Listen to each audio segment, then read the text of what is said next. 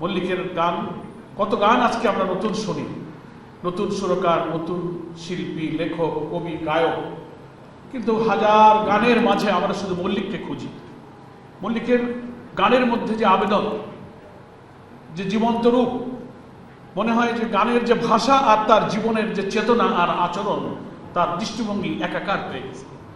অনেক গান আছে কথা শব্দের ছন্দ দিয়ে মানুষকে আকৃষ্ট করে, কিন্তু মল্লিকের আলাদা বৈশিষ্ট্য হলো তার গানের কথা, সুর আর তার জীবনের আত্মিক মিলের সাথে অপূর্ব মিল ছিল। এগুলো ইসলামী আন্দোলনের কর্মীদেরকে, আমাদের সাংস্কৃতিক আন্দোলনকে একটা অন্তর্নিহিত শক্তি জুগিয়েছে।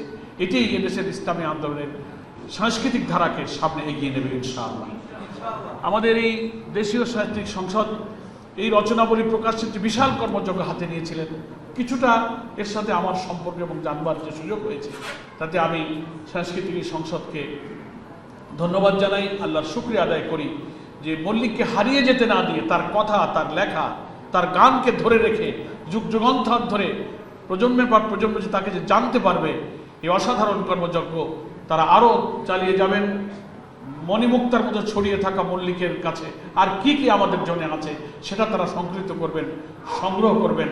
এই সংসদকে আল্লাহ তাআলা সে তৌফিক দান করুন, এইটুকু কামনা করে আমি আমার বক্তব্য শেষ করছি। আমা তৌফিক ইল্লা বিল্লাহ। আসসালামু আলাইকুম ওয়া রাহমাতুল্লাহি ওয়া বারাকাতুহু।